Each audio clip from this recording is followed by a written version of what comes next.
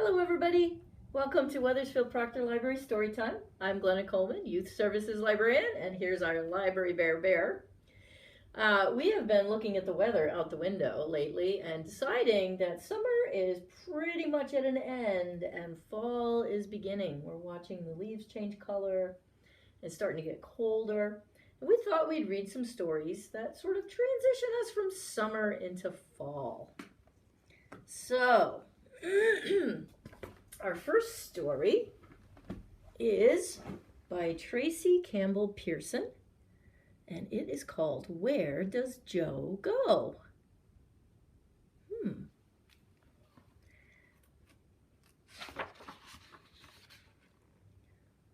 This is Joe's Snack Bar. Where Does Joe Go? By Tracey Campbell Pearson. We get the kids looking in the window to find out. And there's Joe's apron and hat that he wore at the snack bar and the cat playing with it. Every year, when winter is over and spring is finally here, Joe comes back to town.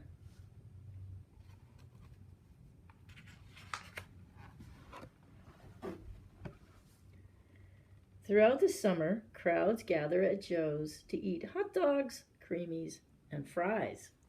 Now that reminds me of a place in town. But after fall arrives, Joe disappears again, and all winter long, everyone wonders, where does Joe go? He's gone to the moon, cried Tiny June. Snack bar on the moon, now that's an idea. He's gone to the beach, said old Mr. Leach.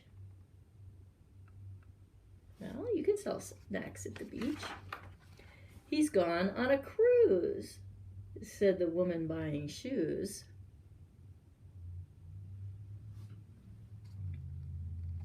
Here's the snack bar up on the ship, the prow. He's having tea with the Queen, whispered Molly McLean. Well, that's certainly a possibility. He's digging for bones, said Oliver Jones.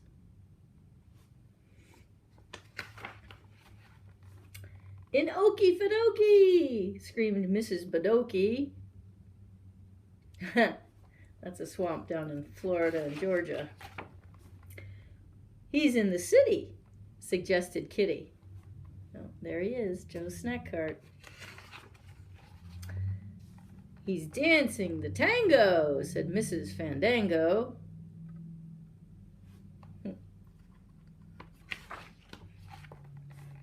He's off to the pyramids, yelled all the bitty kids.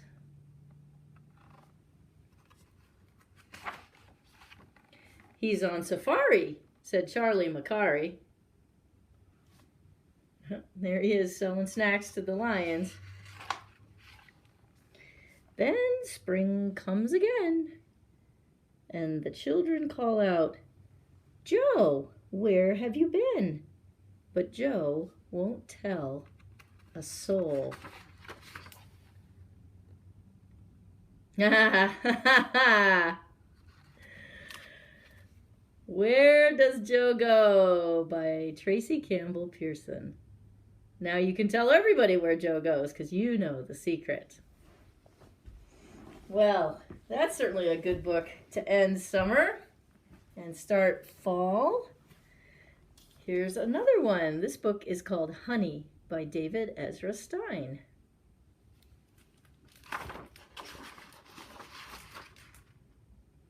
Honey. David Ezra Stein. It was his second year. I'm back, he said. His stomach growled like another bear. And he dug and scraped for things to eat. He remembered honey. Warm, golden, sweet, clear, slowly flowing, spicy, aromatic, sparkling with sunlight. Honey! Oh, he sees a bee. But it was too soon for honey. Right. Can't have honey until the flowers have been out for a little bit, right? He tried to forget, but the warm grass smelled as sweet as, and the sap seemed as sticky as, and the meadow as gold as, and the stream as clear as, and the berries bursting like honey. But it was too soon for honey. The days turned hot and still.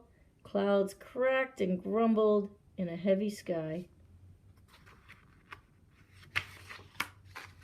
With a rush came the rain. He had forgotten how good a rain could be.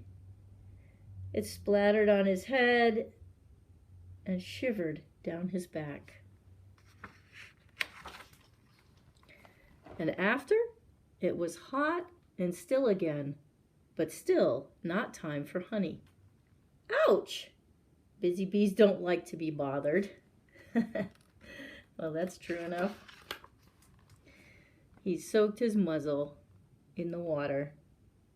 It was good and cool. He lay back and watched the fat clouds trundle by. Then he found a waterfall and was very busy for a long time. One day, he heard a hum, and in a flash, he ran. It was time for honey. Warm, golden, sweet, clear, slowly flowing, spicy, aromatic, sparkling with sunlight.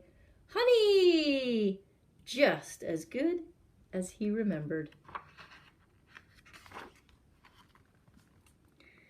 He lapped it up and licked his paws for a long time. The nights cooled and the days grew crisp. Oh, that's what's happening right now, isn't it? A sleepy bear sat and remembered the summer and thought how good it had been. Well, I hope you had just as good a summer as the bear in the book Honey by David Ezra Stein. All right, we have one more story that's sort of the end of summer going into fall, and this is called In the Middle of Fall. This is written by Kevin Henkes, and it's illustrated by Laura Dronzek. In the Middle of Fall. We're not quite there yet, but we will be. Look at all those leaves and acorns. I have lots of acorns falling at my house. If you have oak trees, I bet you do too. And this is dedicated to Will and Clara. In the middle of fall, when the leaves have already turned, and the sky is mostly gray, and the air is chilly,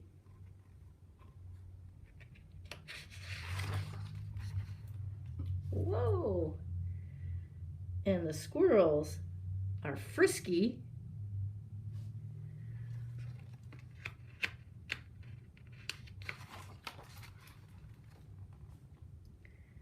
and the gardens are brown,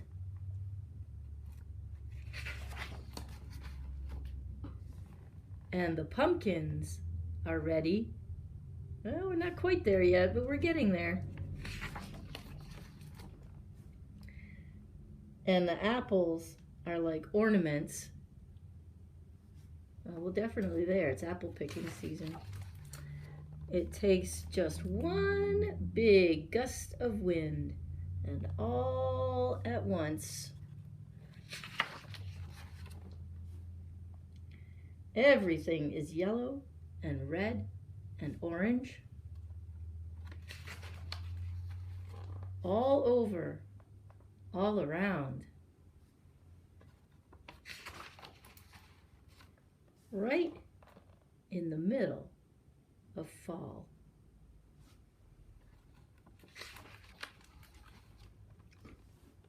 But remember it, because soon the yellow and red and orange will be gone. And the sky will change again. And then soon, very soon, the sky will be white and empty, ready to fill up with snow. Well, we're a little bit away from that yet.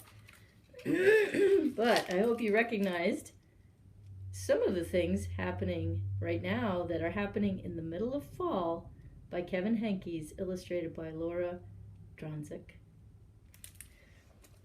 Well, Bear, we're enjoying fall as it's coming.